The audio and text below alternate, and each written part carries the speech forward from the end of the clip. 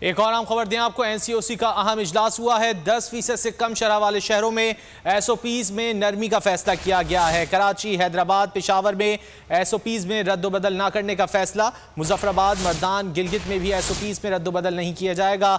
10% से ज़ायद शरह वाले शहरों में पाबंदियाँ बरकरार रखी जाएंगी। इंडोर इज्तिमा पर पाबंदी, आउटडोर 300 अफराद की इजाज़त होगी। एनसीओसी का इजलास हुआ है जिसमें अहम फैसले किए गए हैं। मुजफ्फराबाद, मर्दान, गिलगित में भी एसओपीज में जो है वो नरमी नहीं की जाएगी। इसके अलावा कराची और हैदराबाद में भी नरमी नहीं की जाएगी। अलबत्ता जिन शहरों में 10% से कम मुस्बत केसेस की शरह है वहाँ पर नरमी करने का फैसला किया गया है।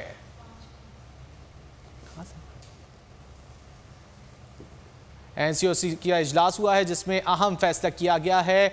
10% से कम मुस्बत केसेस वाले शहरों में एसओपीज़ में नरमी का फैसला किया गया है, जबकि कराची, हैदराबाद, पेशावर में एसओपीज़ में रद्दबदल ना करने का फैसला किया गया है। मुजफ्फराबाद, मर्दान, गिलगित में भी एसओपीज़ में रद्दबदल नहीं किया जाएगा। तफसीलात जानेंगे, बोलिए उसकी नुमाइंदा आमना अली से। आमना, अपडेट कीजिएगा।